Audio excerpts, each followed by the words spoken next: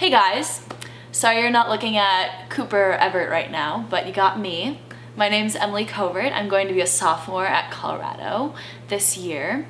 I honestly fell in love with running at such a young age. I remember my mom would take me out of the stroller and I would just run with my family around the lakes all the time.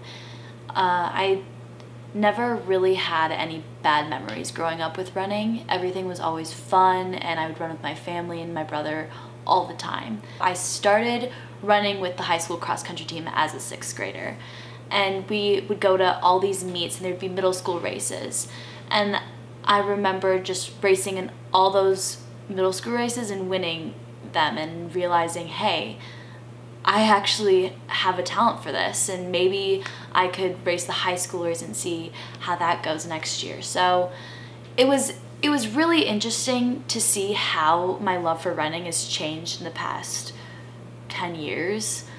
But honestly, it comes back to it, and I know that everything I did leading up to this moment has brought me to where I need to be right now. I went to state as a 6th grader to watch, and I said to my coach that next year I want to be in this race, and he thought it was crazy that a 6th grader would say that, but I believed in myself and I worked really hard, and the next year I made it to state as a 7th grader. And from there, I just fell in love with it. After racing and competing, I loved that feeling getting on the starting line. Of course, I was nervous because I was a 7th grader, but just the feeling afterwards, just being so happy and knowing that there's something always to look forward to. My freshman year, everyone was putting so much pressure on me, like externally, and that's kind of when mile split started to become a thing. So I would always watch mile split in their rankings and for Minnesota, and I would see that, hey, I'm ranked 5th, I should be up there higher as a freshman. And I was kind of blindsided by the social media aspect of the sport so young, because that's when everything was on social media. I kind of lost a love for the sport my freshman year going into my sophomore year, and I feel like it was because I feel like I wasn't going to have a regular high school experience because of running, and I really wanted that. So I fell out of love with it, and my friends would always ask me, like, Emily, are you gonna run in college? And I would always say, yeah, maybe someday, I don't know. And obviously I was super caught up with my social life in high school, my freshman and sophomore year, and I just wanted to go out all the time and hang out with my friends. And then something happened my sophomore year that really flipped a switch in me. I don't want to say I cut ties with some high school friends, but definitely impacted a lot of friendships and who I hung around with that year. And that my sophomore year, coming into the track season, I said, hey, this has to be different. Like, I have to change. And I ended up getting 2nd at state that year. So it went from, 10th in cross country to 2nd at state for the 2 mile. And I think I ran around a 10:30. So that's kind of when I said, hey, the love for the sport is kind of coming back. With that, when you get to the national caliber, or when you think you can get there, a lot of body image stuff comes up, and you start thinking that, hey, I want to start eating healthier. Like, what will give me the next step? Like, what will get me to the next step or give me that edge with the competition? For me, it was like eating super healthy. I had any issues with that until I got to the national caliber as a high school athlete. My junior year of high school, when I would go to I went to NXN and I went to Foot Locker, and I saw all these high school girls eating like super healthy and having salads before their race, and I was like, is that what I have to do to be fast, or is that what it takes? And so I feel like body image is a huge aspect of this sport, because a lot of girls think that being thinner will make you faster or is superior than being strong, which is not the case at all. But I think, I don't want to say I fell into the trap of like being thinner is faster, but I always wanted that like edge, and I felt like being very healthy would help me get there.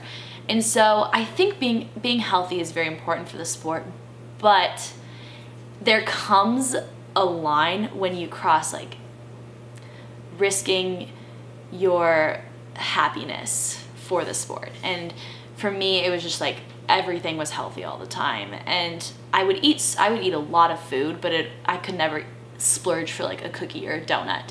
And it's interesting how I kind of made that 180 from my junior year to my senior year. I had the best cross-country season of my life my senior year, when I was less focused on, food all the time, eating healthy. And my senior year cross-country season was probably a breakout season for me, I want to say, because I set the GRIAC record, and I got the state record in cross-country.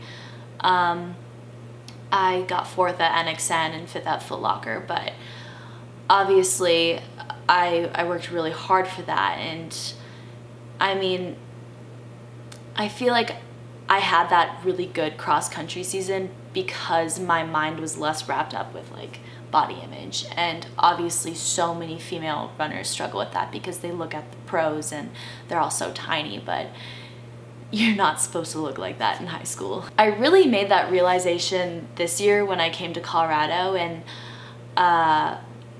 because, I mean, due to my past, I think that kind of played a role with my injuries. And so actually at Foot Locker, I ran on a broken sacrum. And I talked to Emily Covert after the race, and she said, if it is a sacrum, I had a fractured sacrum at NCAA's one year, and it was really hard for her to deal with that because sacrums are honestly the worst. But it kind of gave me that hope. Like, if Emma Coburn came back from that, I can come back from it. And I did, and everything was going well. And then I got my second bone injury, and that was really hard because I looked at the sacrum as like a bump in the road, and then I got a tibia stress reaction, and I just thought to myself, wow, I'm just really unlucky. This has been like 6 months of injuries, and I was coming back, I was feeling strong, and then boom, another stress injury. And this was a year ago, so in August. And luckily at CU, I had so many people supporting me and helping me. And honestly, something that's gotten me through that very hard period in my life was definitely my faith, and knowing that, yeah, you can be blessed when everything's going your way, but when things aren't, that's when your true self is shown. When I dealt with my third stress injury, I kind of crawled into a hole. I didn't want to tell anyone from back home about it. I wanted to be under the radar because it happened last year in August, and it was really hard for me to look at the bright side of things, especially when you're going through a dark time, and I was honestly ready to give up on running. And it was so hard because I came from this 12-year-old girl who loved running more than anything, just wanted to compete and have fun, to almost hanging up my shoes. And that's when I came to Colorado, and everything kind of changed. The coaches were so supportive, and the team here was just absolutely amazing, and they were 100% by my side no matter what. And not only were the people in my life great, but I don't think I could have gotten through it without knowing that there's something bigger and better in store, especially with running, because I'm a pretty religious person, and knowing that God had a bigger plan for me almost motivated me to get through that time in my life. And I mean, it was 10 months worth of injuries, and it was really hard, but I knew that I was here for a reason, and I was at Colorado for a reason. And I talked to my coaches about it and my family about it, and they weren't ready to give up on me either. They said, Emily, you have so much potential. Do not do not quit. This is a hard time, and you'll get through it. Luckily I didn't, because right now I feel probably the most fit I've felt in a really, really long time. It's very interesting to see where I was a year ago, because a year ago I was diagnosed with my 3rd stress injury and was 10 months into this injury cycle, and now I feel the most fit I have. But I definitely want to encourage girls who are going through injuries and setbacks right now that it does get better.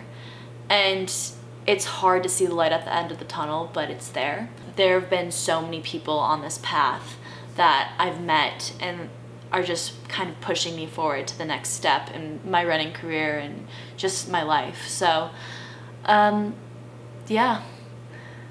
Wow, I just got the chills because I was just talking about my whole life from when I was 12 years old. But yeah, I'm really excited to see what's in store, and I know that it's hard to feel how I'm feeling right now when cross country is canceled and I don't really have a chance to like prove myself on the course, but hopefully we can get some track meets in or unattached races. I don't know, but everything happens for a reason. I'm holding on to that. So yeah, that's my story.